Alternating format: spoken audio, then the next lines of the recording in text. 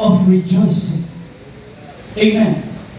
Kung anong nararamdaman mo na nagdala ka ng kaluluwa sa panan ng ating mahal na Panginoon, na oras na nakita mo silang lumuha sa harap ng ating pinakamamahal na Panginoon, nandun ang iyong kasiyahan, mga minamahal, at pangako ng ating mahal na Panginoon, ito'y matatanggap mo ang putong ng buhay, the incorruptible crown, mga minamahal, the crown of rejoicing.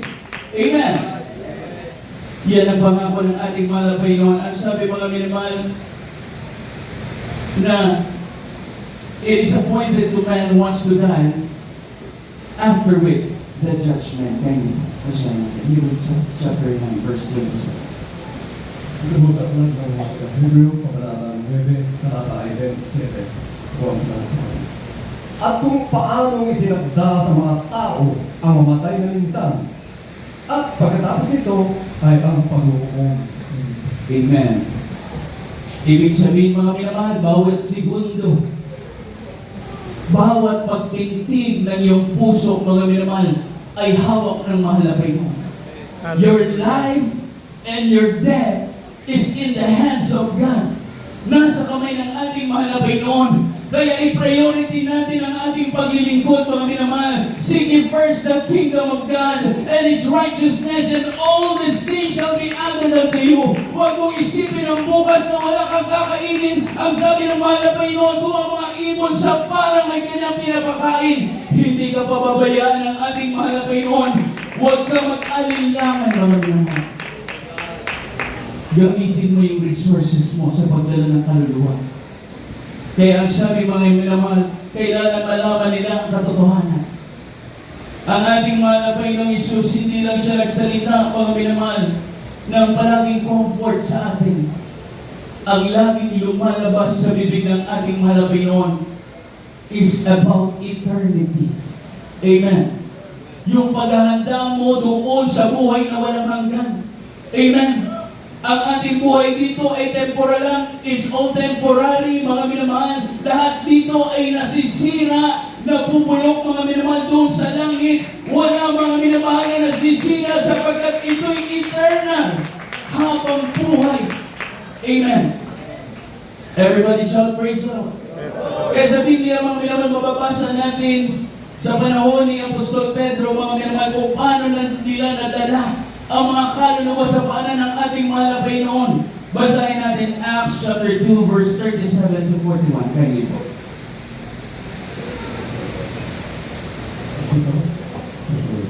Sa Aklat ng Gawa, Kabanata 2, ang talata ay 22, 37. 37, hanggang 41. Nang marinig na nila ito, ay nasaktan ang kanilang puso, at sinabi kay Pedro at sa ilang mga apostol, mga kapatid, ano gagawin namin? Sa 13. At sinabi sa kanila ni Pedro, magsisi kayo at magbautismo ang bawat isa sa inyo sa pangalan ni Kristo sa pagkapatawad ng inyong mga kasalanan, at tatanggapin ninyo ang kaloob ng Espiritu Santo. Sapagkat sa inyo ang pangako at sa inyong mga anak, at sa lahat ng nasa malayo, maging naman ang tawagin ng Panginoon nating Diyos sa Kanya. At sa iba pang maraming salita, ay nagpatuto siya at nangaral sa kanila na sinasabi, magligtas kayo sa itong lahing ito. Hinggang nga nagsitanggap ng kanyang salita ay nangabautismuhan at napakaragdag sa kanilang ng araw na yun ang may 3,000 kaluluwa. Malakas sa malakpak para sa ating mahal na Panginoon. Everybody shout praise the Lord. Ang sabi dito, mga minamahal, nang marinig nila ang ebanghelyo ng kaligtasan, ang sabi dito, sila'y nasaktan. Amen. Nasaktan ang kanilang mga puso. At sinabi, mga minamahal, what shall we do? Ano ang kailangan namin gawin? Amen? Ito yung kanilang pagpapakumbaba. Mga minamahal, sa ebanghelyo ng kaligtasan, ano ang dapat namin gawin? Amen? Ang sabi, magpabautismo ang bawat isa sa inyo sa pangalan ni Jesucristo sa ikakapatawad ng inyong kasalanan at tatanggapin nyo ang kaloob ng Espiritu Santo. Palakpakan natin ang ating mahal na Panginoon. Hindi ba yan ang ginawa natin, mga minamahal? After listening and listening the Word of God, nagkaroon tayo ng pananampalataya. Tayo, mga minamahal, ay nagpabautismo sa pangalan ni Jesucristo, hindi sa ibang pangalan o kanino mang pangalan, mga minamahal, sapagkat ang kaligtasan ay sa pangalan ni Jesus. Amen. Kaya sa ibang gawain, kahit anong gawin nila ang pagbautismo, walang manifestation of the Holy Spirit. Sapagkat it is a gift coming from God. Ito, mga minamahal, ay regalo ng ating mahal na Panginoon doon sa mga Kristiyano, mga minamahal, na bautismohan sa pangalan ni Jesus. Kaya hindi mo pwede, mga minamahal, sabihin na ikaw ay nabautismohan din doon sa ibang relihiyon o sekta at ayaw mo na magpabautismo dito. Amen? Sapagkat ibang-iba, mga minamahal. Sa kanilang bautismo, sasabihin nila, sa pangalan din ni Jesus ang aming bautismo. Hindi ba napag-aralan natin noong nakaraan? There's other Jesuses. Ibang mga Jesus. At ang kanilang bautismo, pagkatapos nila sampitin ang mga bagay nito, sila nagbabautismo sa pangalan ng Ama, ng Anak, ng Espiritu Santo. Subalit hindi nila naalala sapagkat the wisdom, mga minamahal, is revealed to His prophets. Amen! Nireveal sa kanyang propeta. Sa pagbabasa natin mula Old Testament at the New Testament, ang pangalan ng Ama, Anak, Espiritu ay pangalan ng ating mahal na Panginoong Jesus. Amen! Doon kumikilos na manifest ang kapangyarihan ng ating mahal na Panginoon. Kaya ang mga bulag ay nakakakita. Ang mga bedridden ay tumatayo, lumalakad, nagpapatotoo sa pangalan ni Jesus, nagpapasalamat sa Diyos, mga minamahal, sa pagpapago ng kanilang buhay. Yan ang ating nakamtan sa gawain ito. Amen. Kaya pag tinawag magpasalamat, minsan overflowing na yung lista ng pangalan. Minsan nga nasasaktan na mga minamahal. Pag hindi na makatayo sa pulpito at hindi niloob na sila makapagpasalamat. Subalit all things work together for good. Amen? For those who love the Lord, mga minamahal. Kaya mga minamahal, ibig sabihin, you have conviction. Gusto mo magpasalamat sa ating mahal na Panginoon, umabaw ang iyong kasiyahan na ikay binago ng ating pinakamamahal na Panginoon. Kagaya ng ating mahal na kapatid, nagpasalamat doon sa Quezon. Doon sa paghahayo, mga minamahal, dahil krusada, ang naabutan ng leaflets ay yung construction worker doon na kanyang mahal na asawa. Nang maabutan ng construction worker, mga minamahal, sa inabagyan ng Ebanghelyo ng Kaligtasan, nagkaroon ng conviction, mga minamahal, na naman niya na may gawain na ikay maliligtas at ikay pagkagalingin sa pangalan ni Jesus. Pag-uwi niya ng kanyang bahay, mga minamahal, he is worried dahil hindi siya makakadalo.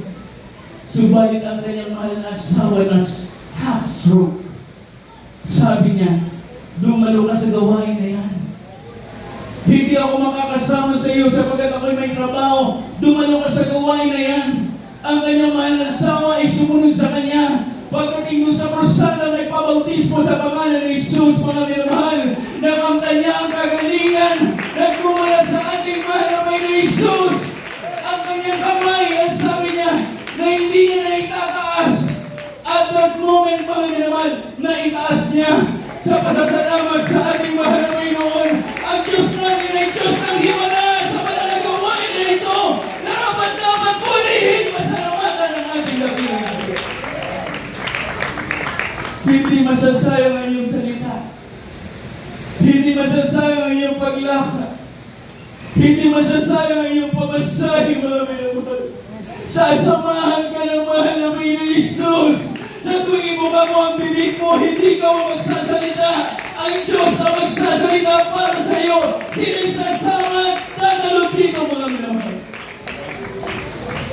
At sila'y magsusumikap din upang magkamit ng buhay na walang hanggang kagaya natin araw-araw ng ating buhay. Hinihintayin natin ang pagbabalik ng ating mahal na Panginoon. Palakpakan natin ang ating mahal na Panginoon Jesus. Everybody shout, praise the Lord! Matthew chapter 7 verse 6. Dito po sa aklat ng Mateo, Kapitulo 7, talata 16, ito po ang sinasabi. Huwag ninyong ibigay sa mga aso ang anumang banal, ni ihagis man ang inyong mga perlas sa harap ng mga baboy. Baka yurakan ang kanilang mga paa at mga balik at kayo'y lapain. Amen. Amen. Palakpakan natin ang ating mahal na Panginoon. Mga minamahal sa Biblia, hindi lahat sa pagkakataon, mga minamahal, ang katotohanan, it will be accepted ng tao. Amen. Sa ating mga karansan, sa ating paghayo, sa ating kapwa, sa ating mismo mga kapatid, pamilya. Pag tayo ay nagsasabi ng kabutihan ng ating mahal na Panginoon, they keep on rejecting it. Ayaw nila marinig. Amen? Habang nagpapatuto ka ng kabutihan ng mahal na Panginoon, sa iyong mga minamahal, nandun yung conviction na binigay ng Holy Spirit. Ikaw ay galak na galak. Sabihin ang kabutihan ng mahal na Panginoon. Subalit yung kausap mo, mga minamahal, magtataka ka, humihikab lang. Everybody shout, praise the Lord. That's the sign, mga minamahal, na yung masamang espiritu ay binibigyan siya ng mga bagay na hindi siya makapag-focus. Meron naman, mga minamahal, hayuan mo, sabihin mo ang buong katotohanan, sila'y makikipagdebate sa iyo. Amen? Ang sabi, mga minamahal ng katuruan, learn when to speak and when to step back. Amen. Kailan ka, mga minamahal, magsasalita na napaka-precious, mahalagang bagay ang sabi dito, mga minamahal, hinaling tulad ito, mga minamahal, sa perlas. Huwag mo, mga minamahal, ihagis ang perlas sa harap ng mga baboy, baka yurakan ang kanilang mga paa at magbalik sa iyo at ikay lapain. Amen. Hinaling tulad sa aso, mga minamahal, at sa baboy. Amen.